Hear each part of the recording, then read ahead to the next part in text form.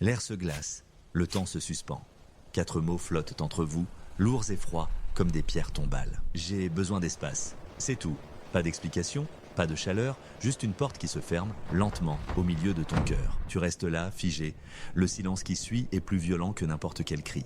C'est le silence du vide, de l'abandon annoncé. Et la première pensée qui te traverse est une flèche empoisonnée.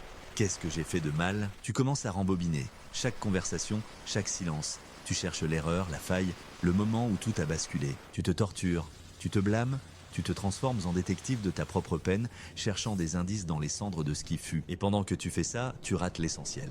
Tu ne vois pas la vérité, car elle est trop simple, trop brutale pour être envisagée. Voici la vérité. Dure, froide, implacable. J'ai besoin d'espace est un mensonge. Ce n'est pas une demande, c'est une déclaration. Ce n'est pas de l'espace dont il a besoin, c'est du temps. Du temps pour finaliser ta succession.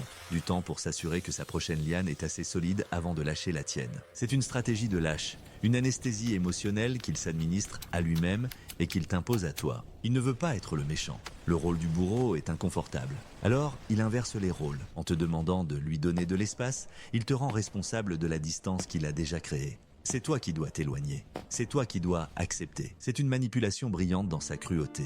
Il ne rompt pas.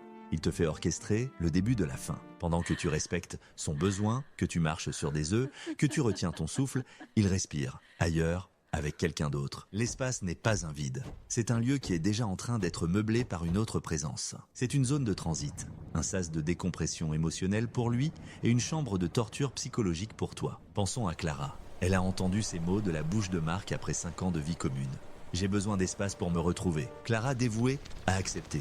Elle a pensé que c'était le stress, son travail, une crise passagère. Elle lui préparait ses plats préférés et les laissait devant sa porte. Elle lui envoyait des messages courts, prudents. « J'espère que tu vas bien, je pense à toi ». Elle se rendait petite, transparente, pour lui donner tout l'espace du monde, l'espace qu'il utilisait pour construire un autre monde. 2 mois plus tard, l'espace s'est matérialisé. Il avait un nom, un visage, une collègue de travail. La rupture a été douce. Il a dit à Clara « Tu vois, la distance nous a montré que nous n'étions plus faits l'un pour l'autre. » Il n'a pas menti. Il a juste omis un détail. La distance n'était pas un vide. C'était une autre personne. Ce n'est pas une coïncidence, c'est de la psychologie.